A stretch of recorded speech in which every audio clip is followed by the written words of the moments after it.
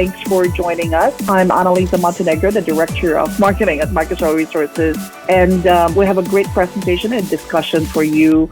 It's actually the spotlight on the latest innovations in construction and design. A few weeks ago, we actually had started our online conference series about leveraging digital twin technology. And today we are continuing that conversation again on part 2 of our conversation. Today, we're actually excited to hear from Sala Palos-Eckhart from Microsoft joining us, as well as Bill Kwan from CallisonRTKL, Sarah Dreger from Stantec, and of course, Steve Jones from Dodge Data and Analytics. Thank you, Annalisa.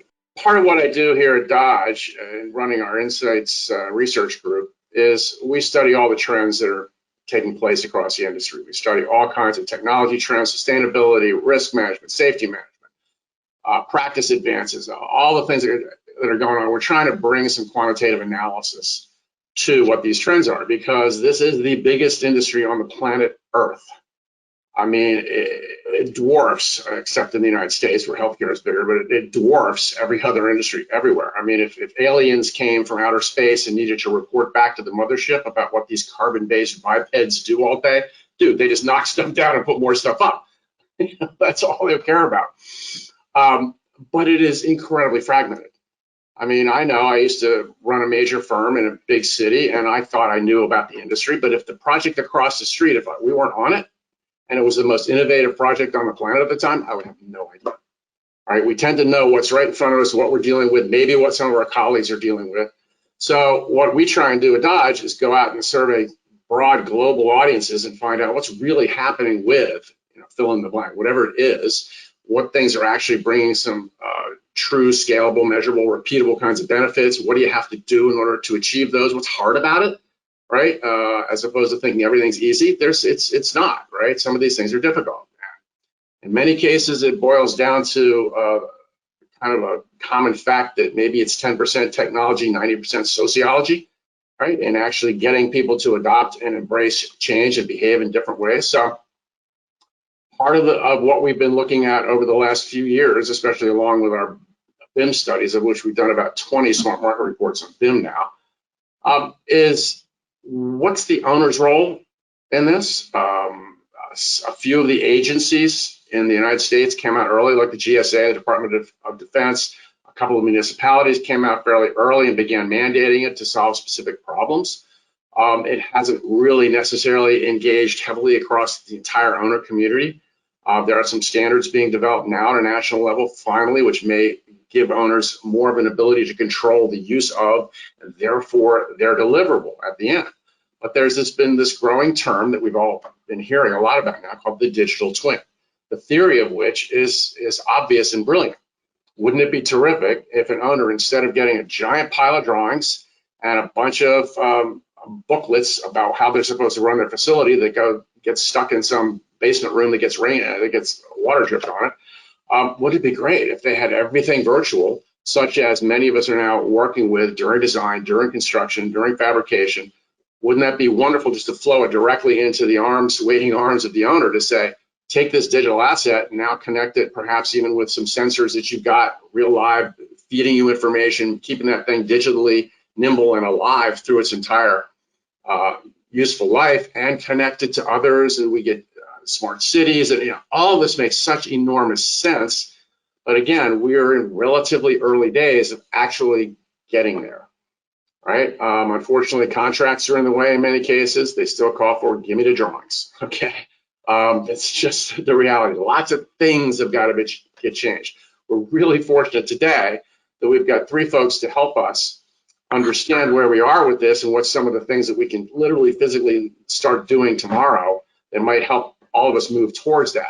We have the owner perspective, a couple of design professionals' perspectives who are actually now deeply engaged in truly doing this, right? So I'm going to turn this over initially now to Sala from Microsoft, who's going to give us a bit more of that owner perspective about what should owners be asking for, how can owners be using this, what's valuable to owners, how do you all make that work when you have the power and control that an owner could and should have. Sala? Thank you, Stephen, and thank you, Annalisa, for inviting us again here. It's good to see you, Bill and Sarah, and talk about digital twins again, round two. I have a slide that I'm going to use to talk about the owner's perspective into digital twins. So I figured that I'll be brave enough and just use one image to kind of tell the story from this end. So oftentimes when thinking about the AECO industry, I'm attaching the owner organizations into the construction side of industry already, and wanted to add also the manufacturing, so calling it ACOM industry from now on, or the built environment industry, to be very inclusive. But thinking about, like Stephen said, the industry traditionally is very fragmented. People are obligated to deliver the 2D drawings and basically paper documents, regardless of are they in PDF format or printed paper. The outcomes are the same as they have been for decades or hundreds of years. But with the emerging technology of digital twins, and it's not only a technology, it's a methodology and a new way of working. We can start looking into how do we actually bridge ourselves with our colleagues, with the other stakeholders that are involved with the same project as we are, and start breaking down the traditional silos. Help and support the knowledge transfer between colleagues and between project teams, between different organizations and companies. Because when thinking about the built environment industry altogether, there isn't much that everyone doesn't know. We're dealing with an industry that has existed for so long that we have the tribal knowledge or the common knowledge of what is expected, or how things are delivered, how they are designed, how they are engineered, how they are built.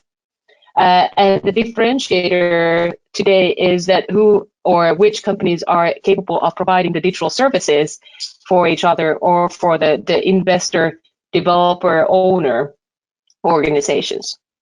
And I chose this picture on purpose to make the digital twins more tangible.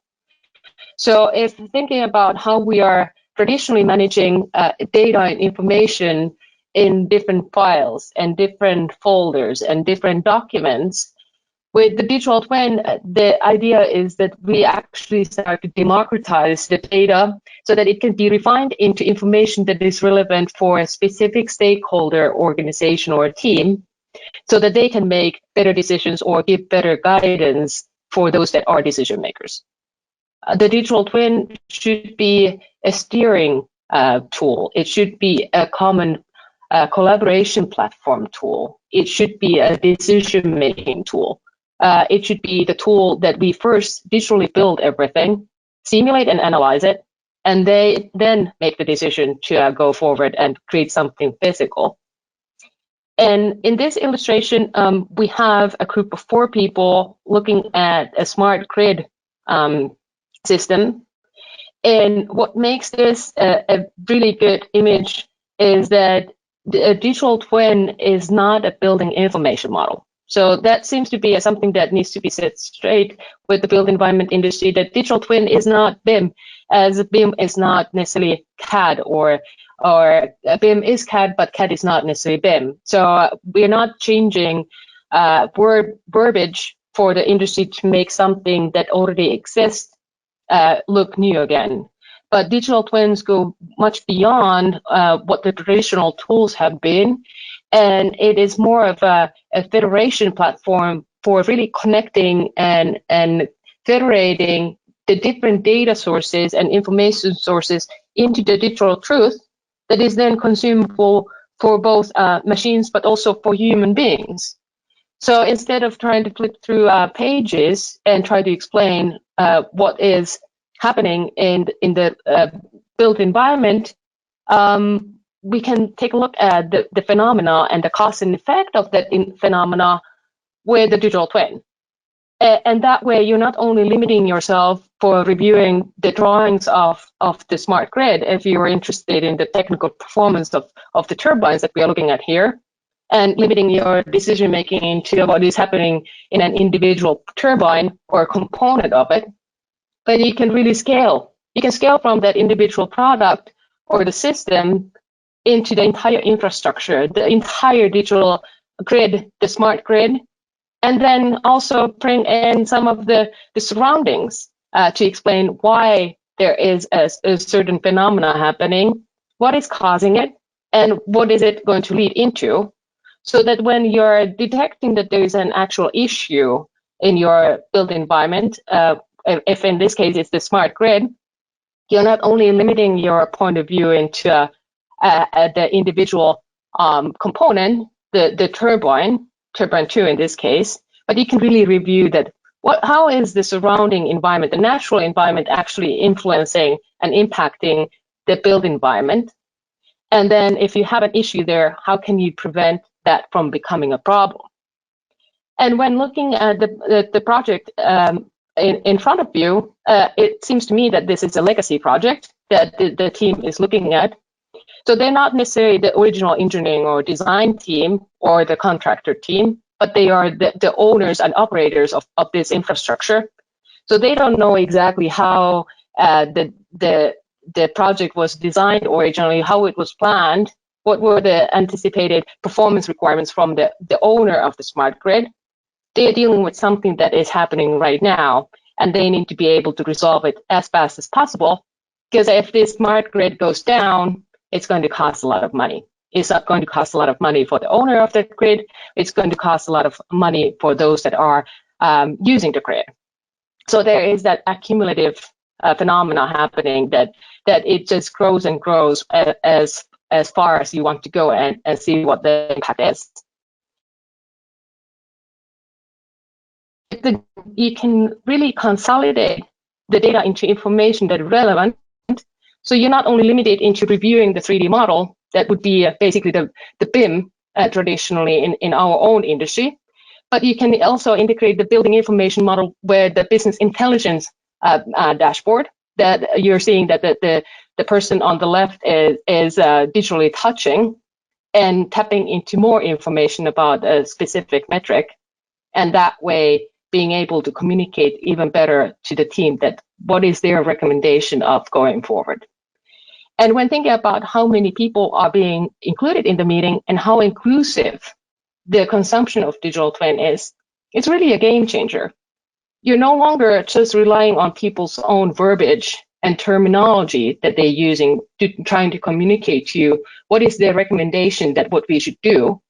You're looking at the same 3D model, looking at the same business intelligence dashboard, looking at the same data, but then refining that data into information that is relevant for your storytelling and your recommendations of what is the best approach forward.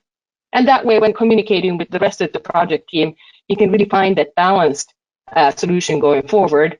Maybe optioneer what might be a feasible option to repair something or rebalance the system, and that way avoid issues from becoming problems, or resolving something that then down the line will create additional issues or problems. So overall, the digital twin is a collaboration platform, and it's also democratizing the data that is being shared across the project teams and made available. And since the digital twins are a cloud-based platform or cloud-based service, you're always dealing with the latest and the greatest information and data that is available. And that way, when making decisions of how to move forward, what to do, what might be the required maintenance or repair functions, you're basing it based on the data and the evidence that is presented to you.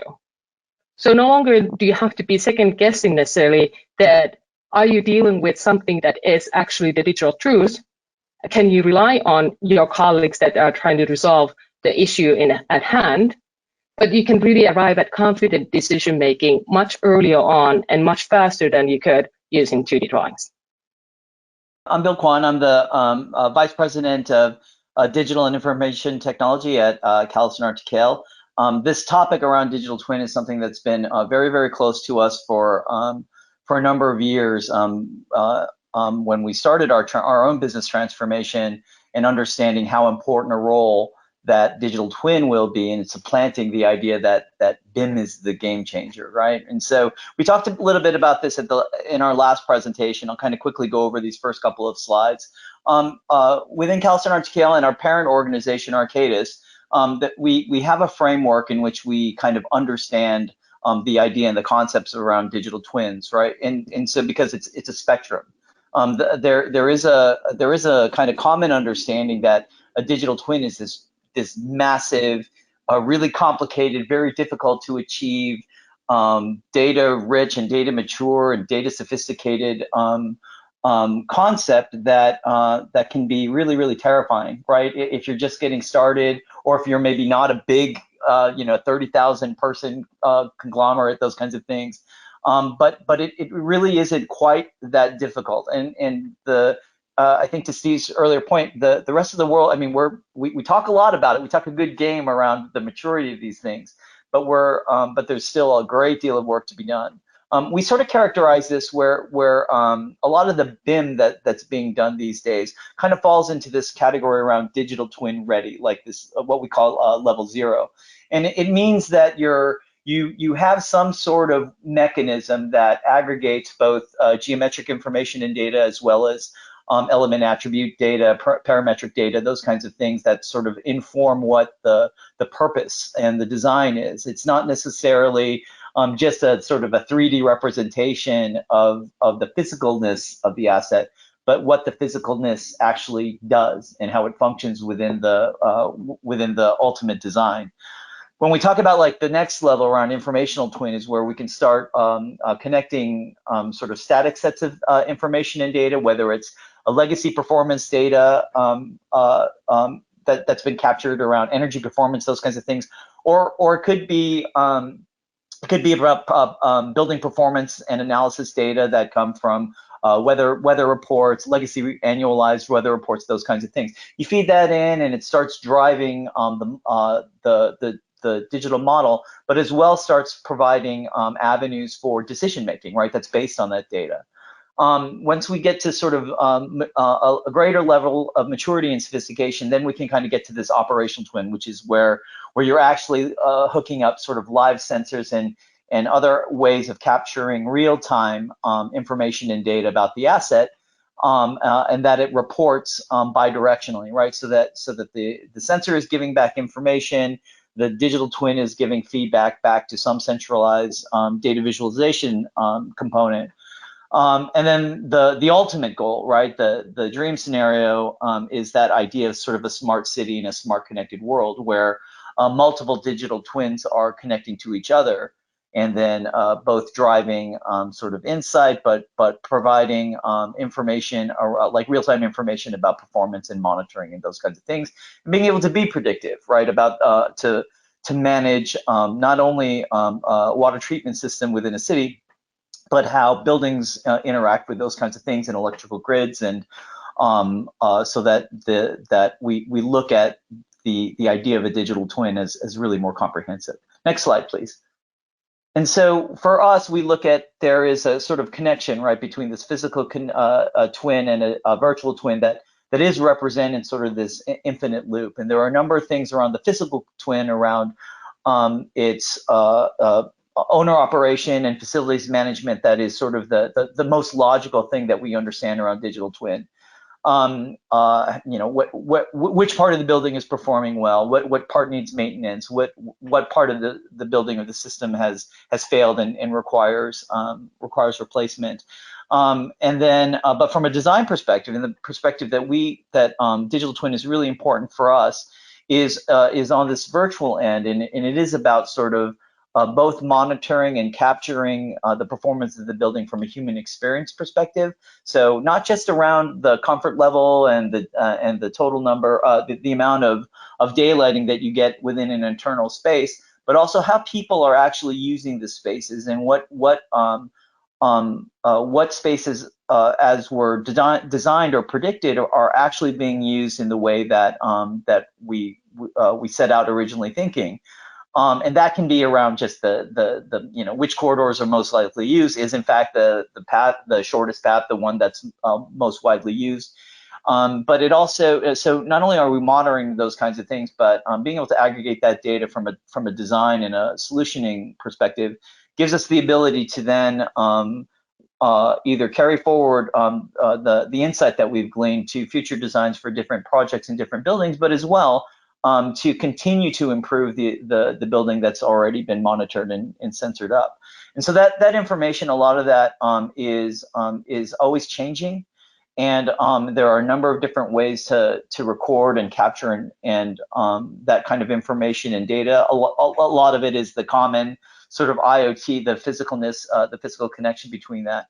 But performance alone isn't the criteria that we see the value in digital twin. Sala also mentioned that this idea of really like a new way of thinking around digital twin is the sort of common data environment.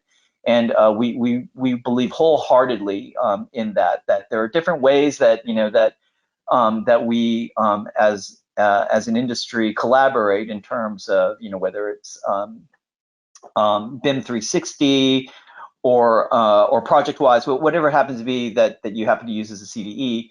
The main part that's important though is being able to do something with it, right? And so whatever your common data environment happens to be, it can be super sophisticated, it can be something that you get as infrastructure or platform as a service. Whatever it happens to be is just to understand that ultimately you want to be able to drive those kinds of insights and create knowledge and wisdom from that. Next slide, please. So the biggest, I think, challenge that we have across the industry, really kind of focusing on that idea of fragmentation, is that there's only a handful of really big firms that perhaps have more money to invest in a really ambitious solution. It can be difficult for smaller firms to sort of make that investment, and if they do, they really have to understand what the value is, right? And so, other than just doing it to keep up with the Joneses and doing it for a data aggregation's sake, and so that can be really difficult, right? And even, I mean, we're CallisonRTKL right now is 1,100 people, and our Arcadis is about 28,000, and there's still considerations, right? And so where we have been successful with digital twin have been in really focused and targeted areas, right? And so from an engineering perspective, Arcadis has been very successful with water treatment and water infrastructure, and building out digital twin and utilizing a variety of different platform technologies to feed that. For us, right now, because of the state of the industry, we have some instances where owners have maybe a more forward-thinking or sophisticated approach to how they want to run their facilities management, and we do have dedicated teams that help solution those things out for our clients. But by and large, nobody is talking about a completely 100% censored up building that they can move on all of these aspects next year. And I read an interesting stat from Gartner that prior to COVID, they were saying that 50% of all buildings in North America would be censored up, and those constraints. I sort of I'm not sure if how reliable that information is right now, but we just still recognize that there's a lot of work to do. But to make it sort of less kind of terrifying or intimidating about getting started, I just wanted to share a little bit with you about like our approach and how we got started, and then give you a couple of examples of how we're utilizing this idea of digital twin. And so Sal is 100% right about that, the idea that BIM is not digital twin. And we have to really kind of understand that. And even the way that we approach BIM and the things that we include in our BIM is different than the requirements needed to really have a sharper view through digital twin. So it's important to sort of set those expectations and understand that. But there's like the way that I sort of look at things right now is that there's these two approaches to how we think about digital twin conceptually. The first is that like monster idea in the comprehensive model, that it is geared up, it's kitted up, it's fixed to go. We have the mechanisms to capture all the information. We have tools and processes to analyze that and provide insight and be predictive and all those things. And again, that's just an area that's really difficult to achieve, especially now. It has a huge investment cost. It has a huge technical effort, right? The skill sets, the discipline for your data, and the framework that it exists in is really high. And frankly, most organizations, both on the AEC side and the owner side, are not as sophisticated as they need to be to get to this level of digital twin. And that's okay, right? Because we're starting out, but it's important to recognize that as you get started in understanding what data you can leverage, there's a lot of parts of this that simply aren't going to be possible because of the data maturity level of the organization itself. And then from building perspective, the needs and the demands and the sort of insight that you can drive really varies across the different typologies, across the different project sectors. So you need to be able to understand that. And then potentially on the upside is that you get to that sort of BIM level, digital twin level 3, where you have a sophisticated enough digital twin that can interact with other sophisticated digital twins, and that's where you get sort of to the promised land of that ecosystem. The way that we look at things, though, especially from a purely architecture perspective, is to really understand a more selective approach to the fidelity of that digital twin.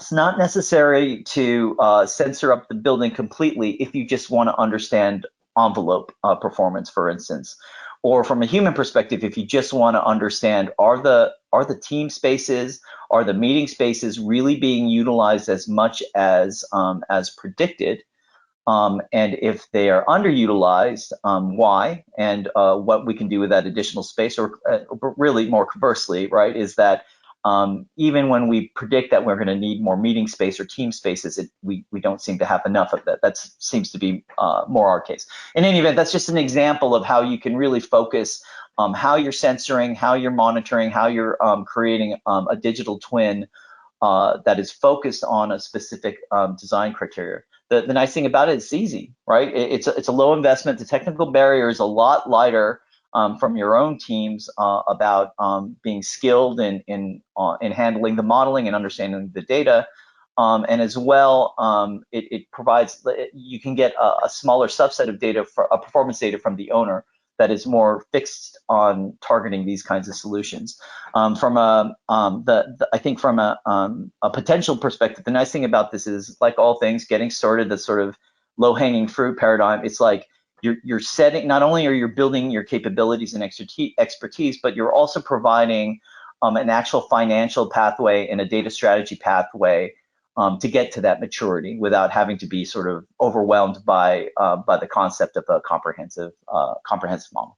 Next slide, please. So one of the things that we did is that we just started. So we started this a couple years ago, and we just started it internally. Next slide, please, Anna. Yeah, thank you. And so we thought about, okay, well, what can we do, just to understand, like, what kind of data do we have? How are people working? We're an Autodesk Revit house, so we had that, but we had other challenges, right? Because we still have other people using Rhino Grasshopper. We have some people using SketchUp. How do we consolidate all this information into something, all this data that's being authored into something that's usable? So we thought it was helpful to sort of start with okay, what is it that we want to do, right? We want to have a digital twin that doesn't just report performance data, right? We wanted a digital twin that was going to allow us to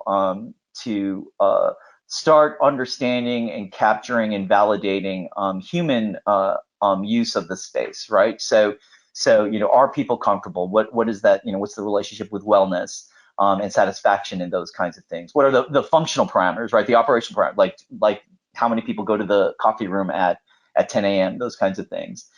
So the first thing we did, we just thought about okay, what is the simplest things, right? And we say, okay, there's sensors, and sensors can be an actual a data gathering reporting mechanism in its most pragmatic form, but there's other ways that you can capture information. So the sensor itself is just like, what is the input? And then we understand the sort of necessary bits that you get is, so you have a number of inputs coming in. So there needs to be some sort of layer that sort of takes all that in. And that layer starts feeding in what is this abstract idea of a digital twin. right? And so that could be one department in a building, it could be the whole building, it could be individual rooms within a building. Depends on your sophistication and your ambition and what your bandwidth allows. And then, so once you have that, and then there is everything about digital twin, there's a temporal element, right? So as data comes in and updates the performance, you need to be able to capture that. So there's another layer that is involved in understanding that and timestamping all the information and data so you can properly analyze that. And then there's from there we kind of split into these different pathways in total usage, right? So like there is an events hub that understands, you know, what are the activities that we're trying to monitor that are going to set up analytics kind of parameters about the model itself. And as we go, we can determine, so okay, well we can sort of pipe that out and build a Forge, use Forge, the Forge API to make that connection, create feedback loop back and forth with the Revit model, those kinds of things.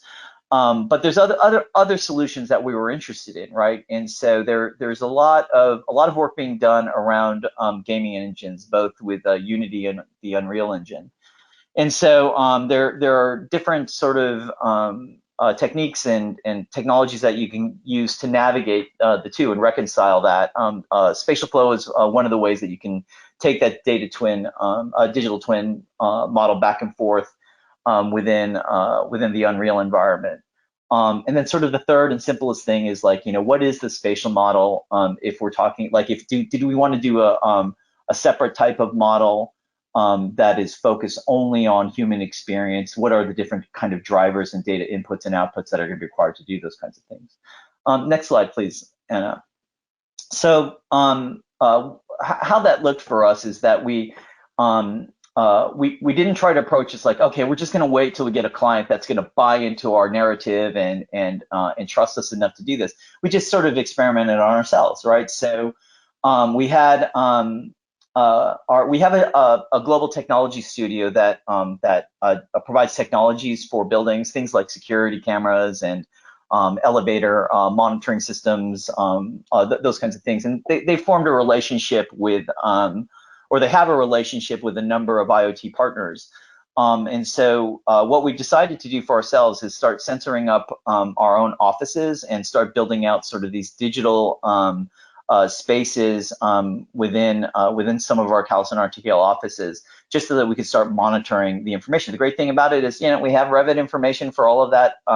We have data attribute information because around the materials and the furniture systems and those kinds of things, because we do all of our own design work. Interestingly, we did see as a result of this kind of how sloppy some of our Revit work was back in the day. So it gave us the opportunity to understand, hey, you know, these are the parts of the framework that we really need in order to pass all this information back and forth. So we use a combination of sensors, IoT sensors that we've got from manufacturers. But we had a pretty innovative and passionate team, and so they actually built their own sensors using Raspberry Pis and Arduino boards. And so the idea is that we would take this, build a hierarchy and a taxonomy of the types of data that were going to be important for us, just in this little experiment. And then it gave us the opportunity to build sort of all the different pieces that we needed on the back end of things, and so which is now informing us about our own platform approach about how we're going to be delivering as advanced services the kind of digital twin aggregation and the analytics that comes along with that. Next slide, please. So one of the examples that we have was like this idea of using the Unreal Engine, and so. I'm sorry, in this case, it was a Unity engine. And so it was about, in our case, building out the project three-dimensionally, carrying certain attribute data and all those kinds of things. But we were focused on the human experience part. And so this is an area that actually didn't require a sensor to capture data. We were actually relying on human experience through the gaming engine itself, right? So this was a larger project, something that we were doing in the Middle East, and we were testing how people were reacting to certain spaces and architectural elements. And so what you're seeing in terms of the lines and dots are things that people focused on, all the different people that tried out the system, where they went, how quickly they moved towards something, if they responded to it positively or negatively. And that's one of the things that I wanted to express, right, and reinforce, is the idea that that, you know, especially in these early days, the data that informs digital twin and what you get out of it isn't going to be just a sensor that reads how warm a room is or what the airflow is. Those are critical pieces for sure when it comes to the building performance. But how human beings actually use the buildings is ultimately going to be really important, both from a financial perspective from the owners, but also from a sustainability perspective with the overall project and its impact on the environment. Next slide, please. The last thing is a little video, again, that we had just been experimenting from a simulation perspective. So from a digital twin perspective, if we're talking not only just about the performance data of the envelope or the mechanical conditions of how the building performs, but again, also sort of focusing on this idea that we use the digital twin to both understand through data capture how spaces are being used, but also from a design perspective purely is to make sure that we're understanding how the function of the building is being predicted and how that aligns with actual use. And simulation isn't a new idea, and it's certainly not the only thing that's driving a digital twin. What we're trying to do, or what we're working towards, is aligning those ideas from a purely design perspective as input. So similar to the previous slide, that we're using in an isolated way in that gaming engine to be able to like understand, oh well, you know, this one tower everybody seemed to ignore, so maybe that's not as important, and if not, let's understand why. It's just sort of a way to solve certain things. Within this tool, though, the simulation tool itself requires inputs, right? So the movement of all the different agents is predicated on different kinds of data that we provide, right? So it was there was data around how fast did they move, what department they work in, how many times they meet in a meeting area. If it's a big meeting, how many people need to go through that. We introduced this idea of influencers, right? So it's sort of born from the idea in a early COVID days work around, like, okay, if you have a single person that's been infected with somebody, how does that actually look visually as they move through a space? What we understand now is on the back of building out these tools and doing additional research is that there's actually a different kind of provocative solution that we're looking at things around. That idea of influence isn't just about like a viral spread, but also about an idea, and about how people, especially within the design field, a highly creative field, how we can sort of model out spaces that truly promote that idea of the interchange of ideas and those kinds of things through physical proximity. So overall, that's a lot to take in. I just wanted to encourage everyone that, like, you can start as big or as small as you'd like to, and as you're able to, and even if you have the biggest ambitions of the world, which we do, right? We started really small, and it was really easy. And I just know this: if we can do it, everyone else can do it. So, and with that, I'm going to pass it over to Sarah, who's going to give you some greater insight on the kind of considerations that you need to have as you're getting started. Before Sarah starts, Bill, interesting questions come in for you. You already touched on the fact that you've got a bunch of folks actually building your own sensors. which is maybe above the skill level of your average attendee here. So the question came in about, in terms of what you can get at what used to be Radio Shack, what kinds of sensor devices usually monitor and transfer the building performance data? And are there any brands or types of equipment that are usually specified for actual monitoring of building performance and things of that nature? I love the human aspect of this, though. That is so cool. I really want to get into that later. But anyway, help some people who basically want to just go out to Best Buy and get home. So sure. Even so let me just say again, we didn't start out thinking that we were going to just DIY it like 100%.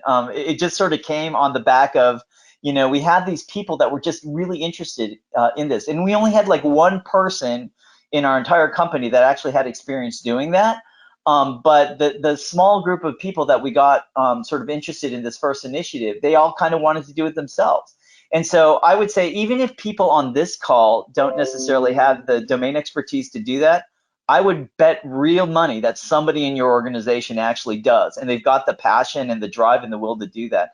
And so I would definitely encourage you to try to suss that out, tease that out, surface that, and support it, right? Because whether or not you actually go with a sensor for that you built yourself as a solution, that's it's really not important. The important is that you're getting these people really thinking about these things in creative ways, and that's where kind of the magic happens, right? But are there some brands that you did work with? Yeah, I'm gonna just throw out a few names for our friends here. Yeah, for sure. So Schneider Electric has a huge IoT platform, as does Siemens and Philips. And then also there are players. So they are major players in this space. They have their own IoT platform. So that sensor hub, that first layer where you need to aggregate all these things. They have these platforms already, so it's not necessarily you don't need to build things out, and all of their platforms have APIs. So even so, if you buy some of these, let's say room temperature and humidity sensors from Siemens, but you buy envelope, daylight, and energy usage from Schneider. There's still a way to connect all that information. So those are sort of the common big players. I would say this though, that there is no brand, like when it comes to like do it yourself, it's literally just they're like, we bought all of our stuff on Amazon, and it's literally just a Raspberry Pi, just a little kind of computer. And then that computer has little inputs that you connect, a camera to it, or some sort of temperature or humidity barometric measurement tool. It's actually not that difficult. But yes, to your point, Steve, there's plenty of available sources for much more sophisticated tools. All right, hashtag Raspberry Pi. Yeah, Sarah, take it away. Well, thank you.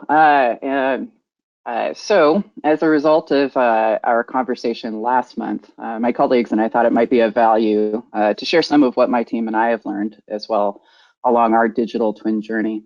Next slide, please. Bear with me, allergy season is a doozy.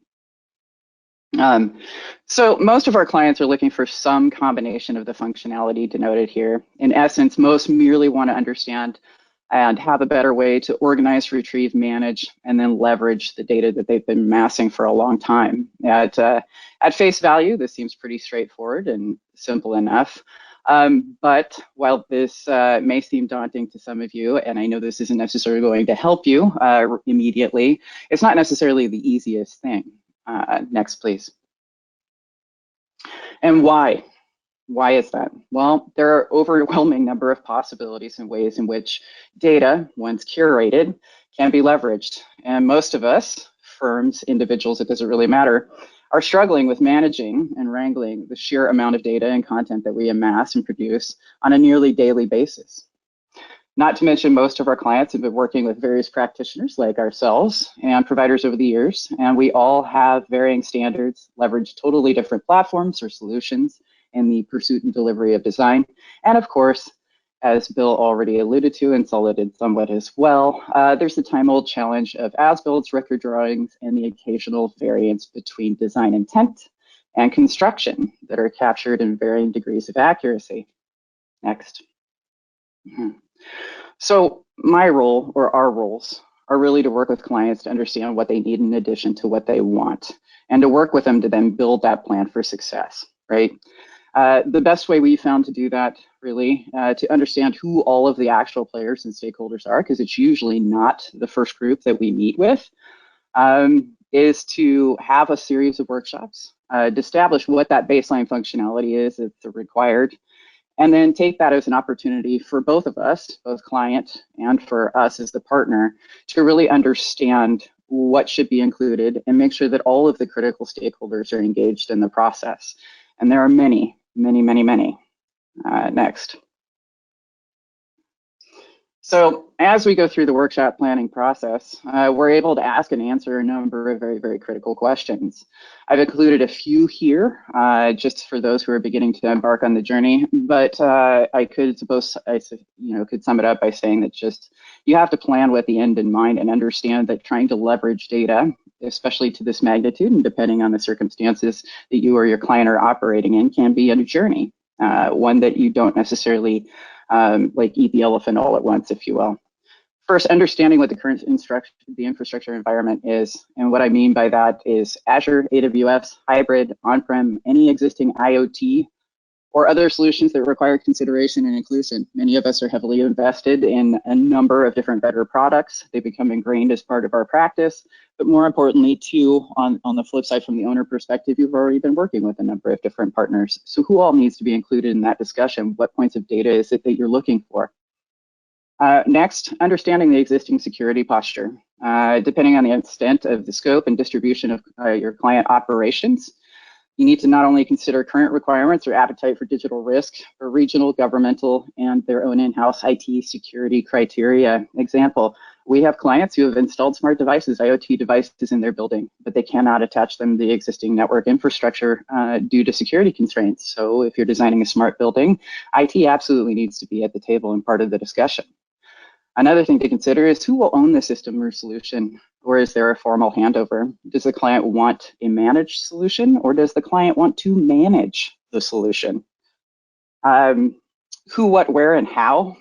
We ask these questions a lot, but what type of devices or systems are we actually including? Out of the buffet of known options and services, which does the client really want to include? What type of reporting above and beyond basic systems performance, projections, is the client and all the various stakeholders need? I think Bill covered this and saw it to a degree as well, is that there are multiple informational needs in every organization, and being able to account for all of them from the beginning is certainly the more efficient route, and will also tell you what type of data it is that you need.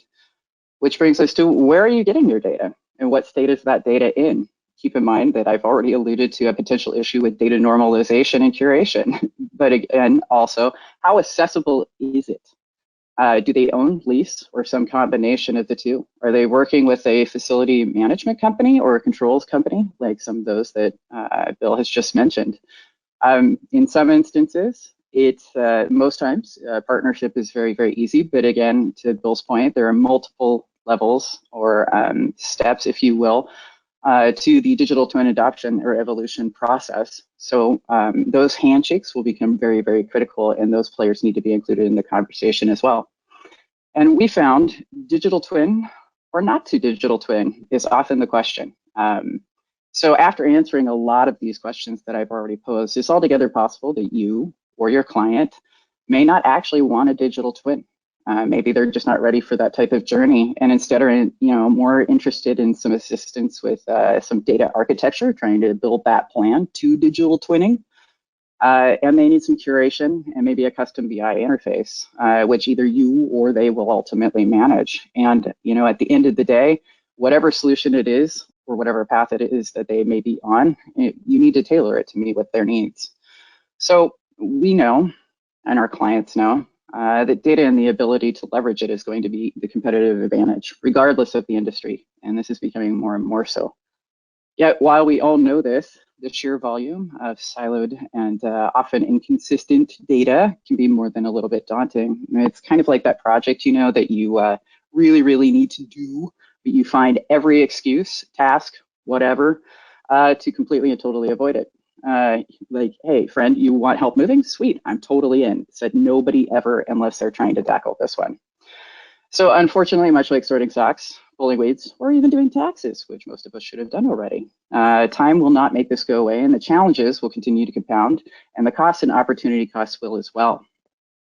So to those that currently face this seemingly arduous task, I would challenge you and ask, if not now, when?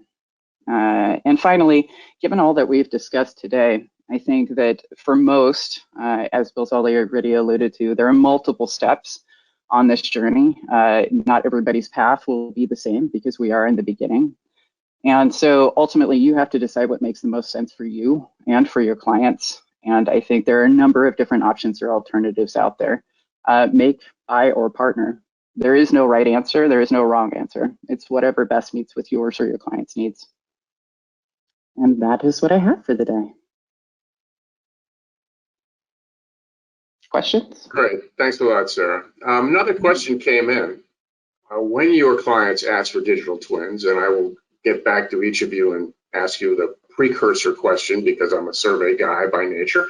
And the precursor question is, how often are people literally asking you? But Sala clearly is driving this a lot for Microsoft as an owner.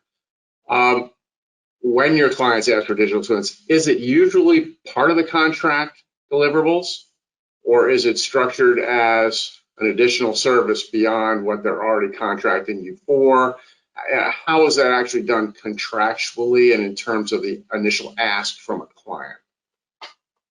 I can feel this from our perspective is the number of clients that are specifically asking for this as part of scope is super small. It's really, really small. One? Like statistically, less than 1%. Okay, nobody. It's close to zero, right? Yeah. But that being said, the conversation around digital twin is actually fairly high, right? Because there is enough buzz in the industry that owners and operators understand these kinds of things. It's just that from a designer's perspective, they already have facilities management solutions because they need them. And so the questions are more about ongoing conversations about, hey, how do we join forces and not make the design efforts as wasteful if the owner already has an existing FM solution, right? And those kinds of things. But there are other clients that are actually very interested in the idea of digital twin and everything that it promises. And it's sort of our job to sort of set expectations a little bit about the true capabilities, right now and what we predict they'll be in 3 to 5 years, so that they can set their own expectations. And then I think the most interesting part of that question, though, is about whether this is additional services or part of what you do. My position on that is this is not just additional services. This is a completely different revenue stream. And that's the way I believe that the industry needs to look at that. From a business perspective, I think we all we like the idea that we like telling that story, right? This is just the way we work, as architects and those kinds of things. But in my view, that is that's a terrible mistake, right? It leaves a lot of money on the table because there is extreme value in all of this, and if we're not aligning, our business models, right, around this big value, it's an existential mistake, right? And so, once you go down that path of charging something, no matter what your industry is, far below what it's actually worth, you never get that back. And so, I think it's a great conversation. We're right in the beginnings of those things. And in the conversations with owners as we mature as to what that actually looks like. I can tell you, Sarah, you mentioned that idea that maybe the owner isn't necessarily up for like the full digital twin kind of effort, but they are also very interested in understanding how to be future prepared from a data architecture, engineering and transformation perspective, and that is work that we're doing. So in a way, it's very related, even though it's not specifically digital twin. Sarah, your perspective? It's much the same as Bill's. I mean, the reality is that we do have plenty of clients that understand what digital twins can offer in the future, but I think they're also very self-aware. They know that there's a lot of heavy lifting to do on the other side, and I think a lot of people try and struggle with where to begin. Right? It's kind of like when we make any major leap in technology, you have to decide where that demarcation point is. Where are you going to get started? Because you can't possibly do it all. That's what I meant by not eating the elephant in one bite or trying to tackle it all at once. You simply can't. It's impossible. And I agree with Bill. More often than not, our clients come in and they either want help to prepare a current project or a specific facility to be digital twin ready. So they want somebody to come in and consult with them, understand what are the things that they need to build, so planning with the end in mind. And they need that consultation, somebody to take a look at what types of data they're going to need access to in order to be able to answer those questions, and then work with them on solutions architecture and data architecture. But then on the other side of it, we've had plenty of clients come in that they want everything. And at the end of the day, what they're really looking for, maybe not even necessarily buildings performance analytics, but more from the master planning perspective, especially coming out of the pandemic, right? We have all this real estate, we have mixed use, we have a combination of owned and leased space. We know, like for example, with a healthcare client, that elder care and pediatric care are going to be on the rise. Do we have enough space in order to be able to accommodate our anticipated plans and industry projections, or could we be better using our space? And this sounds terrible when you're talking about humans, but seriously looking at throughput. And that could be anything, right? You're talking academia, you're talking airports, and being able to leverage that very same data that you've been amassing and some of the stuff that Bill's been talking about too, when it comes to people tracking and impact and environment. To go through and do that kind of assessment. Maybe the challenge isn't that they need more space, it's that they could be using it better. And so I think, like I said, and like very much what Bill said, it's understanding what are those immediate, those short-term and long-term needs for every single client, and then really being that partner in the process and trying to work with industry providers, other partners, to then develop the overall plan to help them get to where they need to be. All right, Salo, what's your perspective on terms of engaging people to actually do this for Microsoft? Yeah, so overall, the digital twins, it's an emerging methodology and emerging technology. The Digital Twin Consortium was established less than a year ago. So now we are having the industry-wide discussions of how can we actually create the digital twins. So there's a big lift that needs to happen at the real estate owner side and on the operator side that are not necessarily the real estate owner organization, but vendor, the integrator that is providing the services for the owner.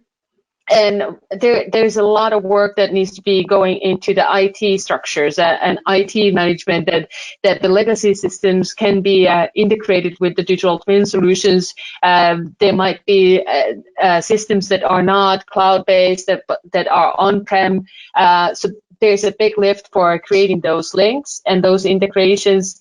There needs to be more clarity on how the smart environments are plugged into digital twins versus legacy portfolios that are not ever designed or built as smart environments, but just as concrete boxes or concrete and steel regular houses that don't have the embedded technology to even monitor the technical performance or the social performance of those environments. So there is a big curve for building up the readiness amongst organizations, educating a lot of people, and training those that are then operationalizing digital twins. Otherwise, it will remain as a veneer for something that already exists, increasing the cost, and people wondering, why did we ever adopt to this? So just to have that transparent discussion of which legacy systems can be already retired and then digitized using digital twins. So as a poor analogy is that back in the day, we had our CD players, we had our cameras, we had our phones, all these things separate. Now everyone has a smartphone that has those capabilities, and it's the same kind of digital transformation with digital twins, that there's a lot of legacy that can be retired as an individual system and then create it as a capability in a digital twin. So it's a big journey ahead, and that's why we're not seeing full-blooded digital twins in the industry yet. Those are coming. The project lead times are so long that even if the owners are now waking up to digital twins and asking for them, commissioning them, the designers and engineers are still having the conversations that how should they actually deliver the digital twins for the owners. Yeah, it's interesting because you mentioned smartphones. That is actually a really good analogy. All the studies are showing that the telephone aspect of smartphones is by far the least used, right? But we still call them smartphones. And I think you've touched on something we can give a name to here, which would be retro twinning of all of our existing facilities out there, of which there are tens of millions, right? And so there's a whole business that talk about new streams of revenue, right? We all have clients with tons of existing buildings. I think we're onto some interesting stuff here. A question came in, and I think to an extent, it may reflect what the more traditional view of a digital twin is, as opposed to what Bill helped us think about, which is also has this whole human element to it. But what kind of buildings or infrastructure usually get the digital twin treatment? Are they typically large buildings with lots of capital intensive equipment, like a power plant or a hospital? Bill, I'm going to toss that back to you because I think you've really helped us understand that there's so much more that we can do with the digital twin. Not that that isn't important. Yeah, it's a great question, to preface that, we are in early days, right? So I would say that the more industrial the application, so things like the water treatment facilities, utility type, anything dealing with infrastructure that also has a component, some sort of architectural component, because of the nature of that, of the critical nature of that that industry. They're already censoring up, right? So we've been seeing this for a while in terms of the actual infrastructure work itself, and so the rest of it kind of lends itself well. Healthcare is, of course, a really sort of precise building typology where environmental conditions are really, really critical. And so that is a likely area where that's going to rise. But we're also seeing, and have been seeing for many years now, that the sort of human component, right? So because of the nature of healthcare and the regulation and safety and those kinds of things around employment, it's very easy to censor up your human capital, right? All the people and understand how things are working. To impact design, right? So is it, do nursing stations really have the full view that we say that they do? And right. Can someone get a crash cart from A to B really, really in time? And those kinds of things. So those are the primary areas. But if we, it's sort of in generalities. But if we pick apart certain things, right? If we talk about security, both in camera and space access, federal government work has always been using this, and so as that technology continues to improve, their ability to sift through and mine and understand the data also gets better. So that's, if you're doing that kind of work, it's really helpful to have a group like what we have, like our global technologies studio, to help provide those kinds of consulting and designs.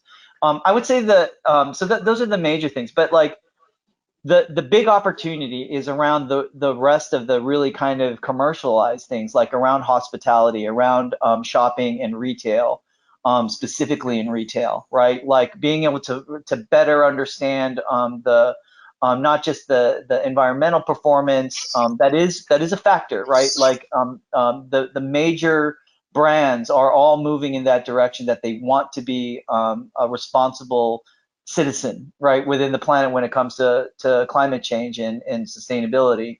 But this other aspect of really using the twin and all of its digital sort of inputs to better understand their customer when they're actually shopping, right? It's basically translating everything, all the work that Google and Amazon has done, both about browsing, shopping, and buying, right? Because they're three different things, right? Being able to translate that to a physical space, it's like a whole wide open territory. And what we found is like it doesn't matter if you're a super high luxury brand like like Tiffany's or Prada or Burberry, or if you're there doesn't seem to be more or less of an appetite.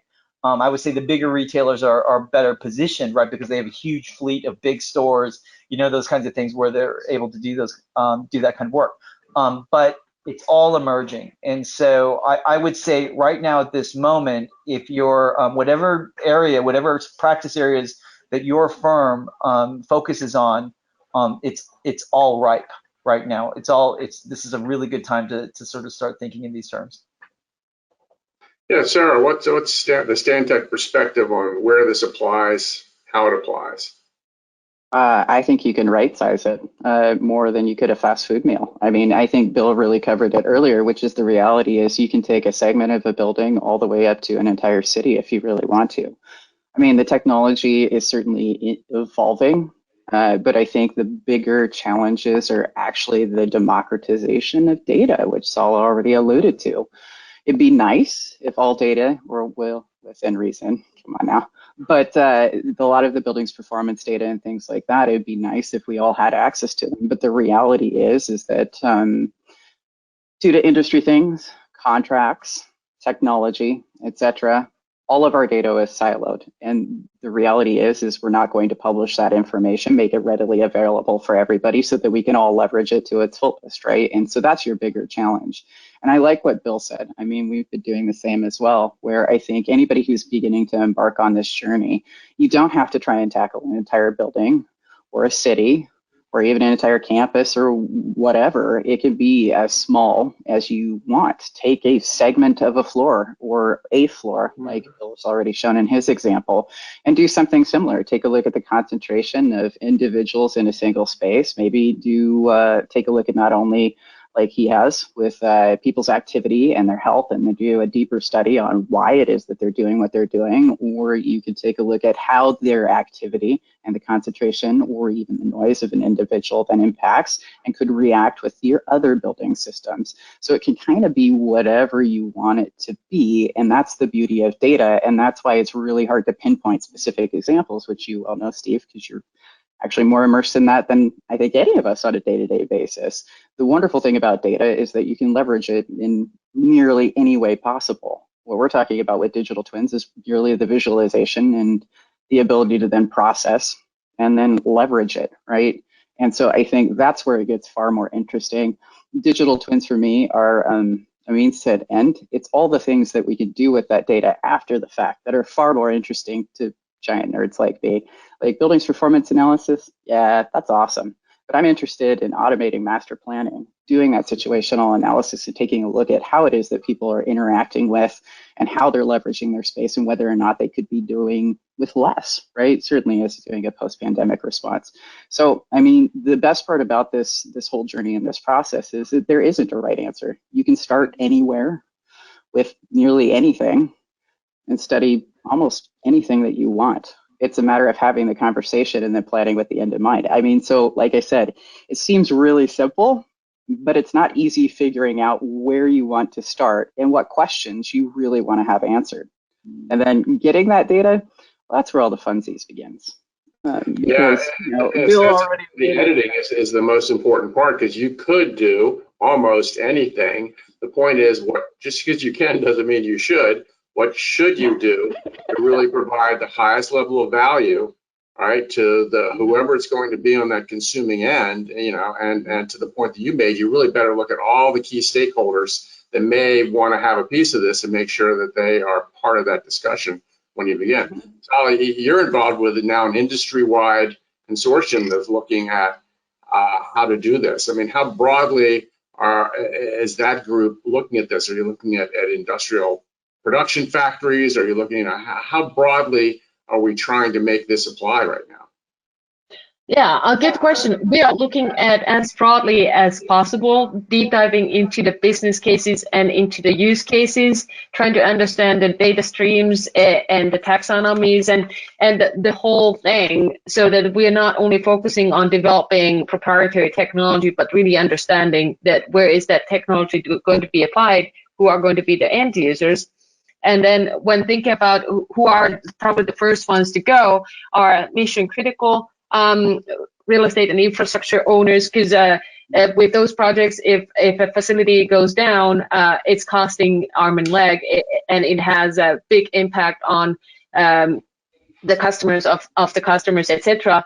And then when thinking about healthcare or residential, like Sarah said, senior housing and how to keep people living in their own homes longer and not have people move into rest homes or nursing homes until they can't live in home conditions. That also has a financial implication into why digital twins could really help support the people, the end users, and that way balance where people actually live, where they work, how the built environment is there to support the end users overall.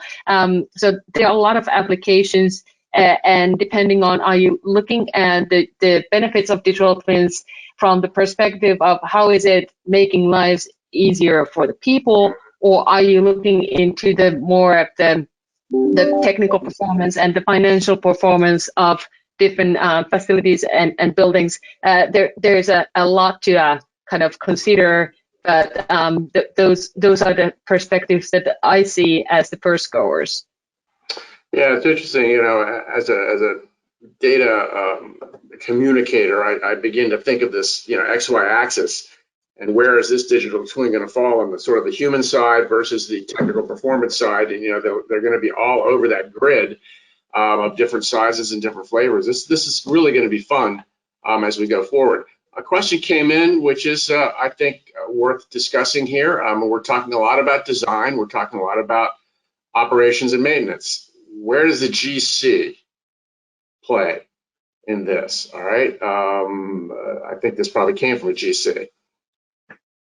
Well, I can jump in, and it's a world of opportunity, right? I mean, so if we look at like the current AEC pie, right, and where all engineers, architects, and builders all kind of fit. It's easy to say like, oh, well, you know, now we introduce something into this pie and maybe it flexes, you know, all the competing team members, you know, for parts of that. I tend to look at it a little differently. I really tend to look at this is a separate pie, right? And that the work that's being done, all the information and everything that's being authored in our traditional pie is actually feeding this other pie, right? So the more that the ways that we are structured and disciplined in the ways that we work traditionally, the bigger that pie gets, right? And so, and across everyone, and it's going to require all entities to work towards that end.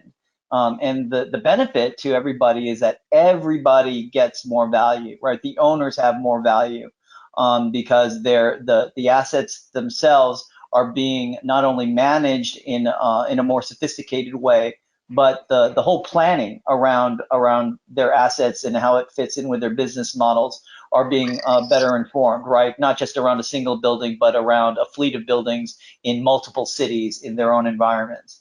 So when it comes to like the role of the contractor, like all things, it's as much or as little as you have appetite for, right? And so one of the challenges we currently have right now with BIM, right, is that architects and engineers carry models up to a certain LOD, you know, depending on what you've agreed to, but it's really to illustrate design intent, right? Until regulations change, you know, it's still going to be our deliverables are still predicated on drawings and project manuals, but we know that's evolving, right? And so right now contractors are taking that extra step, right, and then either building models in parallel to meet their own demands, and by the time they get done, they're much better situated in terms of being closer to the actual digital representation. So I think that the opportunity to it's not like an either or, right? Like all things, I think that as engineers and designers start feeding and understanding what the actual insight from digital twin is, that we build these pipelines and pathways so that it's easier for either contractors to translate that information in their own models, or we actually work collaboratively, right, and start building out the models themselves in a more sophisticated way. And when I say model, I don't mean like a Revit model. I mean the model itself of all the data, right? And the geometry is just sort of one piece of it. And so when we kind of separate those ideas out, then it becomes more provocative about what's the most meaningful and valuable part that a contractor does versus an engineer versus a designer. And so we can really target and cleave out our services and the sort of fidelity around the information and data to reflect that. So yeah, it's not, to me, it's an industry thing, right? Yeah, there's room in the tent for everybody. Yeah, I think we also want to bring trade contractors into the tent, because absolutely, an awful lot of them, half their revenue comes from service. They're right in that facility constantly, right? And especially on the technical performance side, they're key players, and so they should be welcome to the tent too. Sarah, in terms of how Stantec is dealing with it, are you engaging construction professionals in any way along the course of it? Yeah, I mean, we play multiple roles, and it kind of depends on the project and the client that we happen to be working with. So because we are an integrated AE firm, that means that we could either be prime on the project, we could work as a sub-consultant to a contractor, kind of depends on what we're talking about.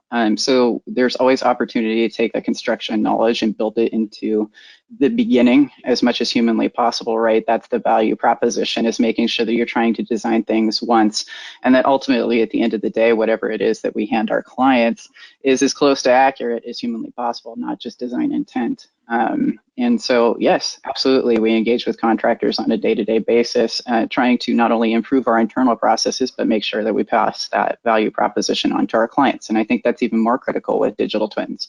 I agree with Bill. The thing that we see on the screen and that we interact with on a day-to-day basis is important from a coordination perspective, orientation, et cetera, but it's the data behind it that's really the most powerful. It's just that we have a different perspective because of the traditional design, delivery, and construction process.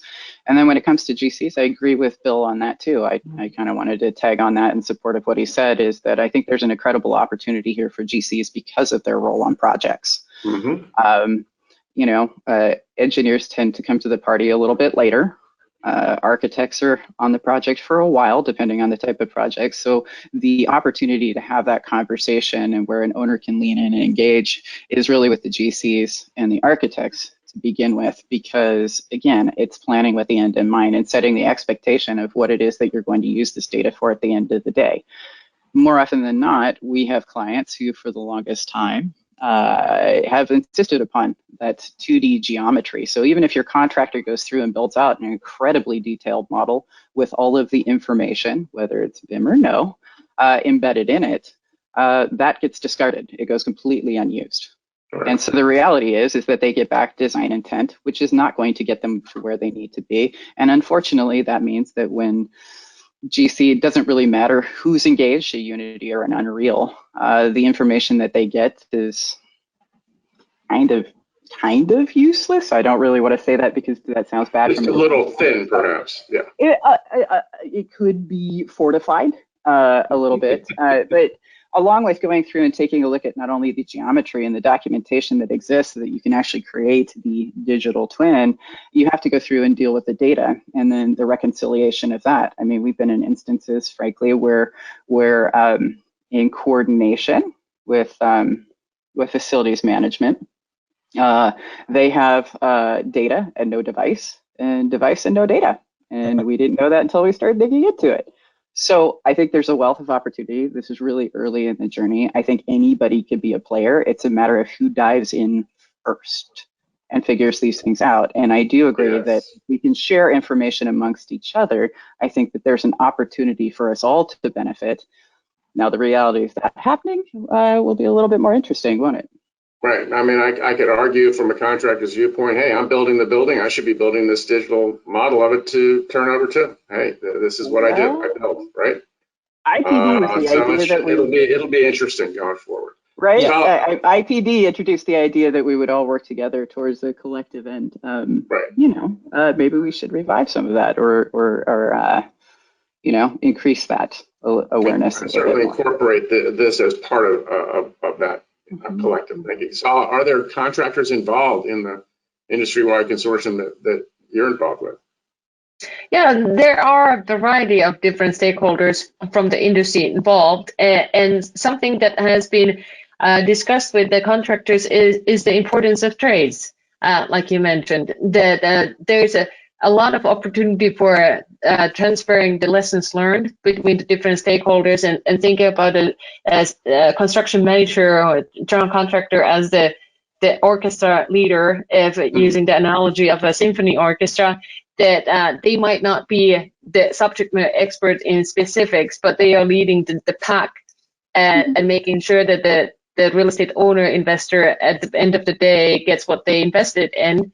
But then using the digital twins, that might be an opportunity for the owner organization to get involved and have their facility management teams learn from the trade partners, build up their readiness for operating and maintaining the smart environments. Because if people have the expectation that we're going to deliver smart environments and maintain and repair and operate them as we did the buildings that were not designed and engineered to be smart, I think we are up against a big failure, and that's the opportunity to digitally transform the industry. That how do we actually support the learning of everyone on board and in the industry, and especially thinking about how much there is now workforce maturing in the built environment industry, and how long the careers are with the facility managers and people in the operations side currently doing their work. How can we ensure that when they retire, their knowledge doesn't retire with them, but we can start training the next generation of facility managers and operators, and discover new types of roles that might not exist, but will emerge as smart environments become more of the norm, and collaborate with the schools and the educational organizations, bring in the trade partners, don't leave them behind, and really use the digital twins for more of that open collaboration and discussion. Mm-hmm. Yeah, I like that. Well, we're getting near the end time, and so I want to sort of close on these comments. I think this has been a terrific discussion. I think we have expanded and focused at the same time on the potential power of the digital twin. My perspective of having now studied tech in this industry for almost 2 decades is that I think we're about a third of the way through a complete gut and redo of this entire industry, so it will be really basically unrecognizable by the time we're at the other end of it. This is going to be a really critical aspect of that, right? And so I'm very happy that we're talking about the people aspect, and it's not just about it's hardly about a tech at all. Tech is in the background here. Really, this is about how human beings engage with our built environment more efficiently and more effectively, more comfortably, more sustainably, more economically, and all that stuff. I love all the aspects about this, because I think the first half of what we've gone through here in terms of tech coming into this industry has been about fixing more of the dumb stuff, right? Getting us from subpar performance, approaching back to like, okay, this is sort of like what we actually thought we'd do on day one, right? Now we're actually starting to get better, right? I mean, when you're able to be tracking how your buildings are being used after you designed them, right? When you can actually see what we thought was really going to make less congestion around a nursing station, it worked. Look at that. Just by angling the corners and corridors. Oh my God, look at it really works, right? We have more science behind design.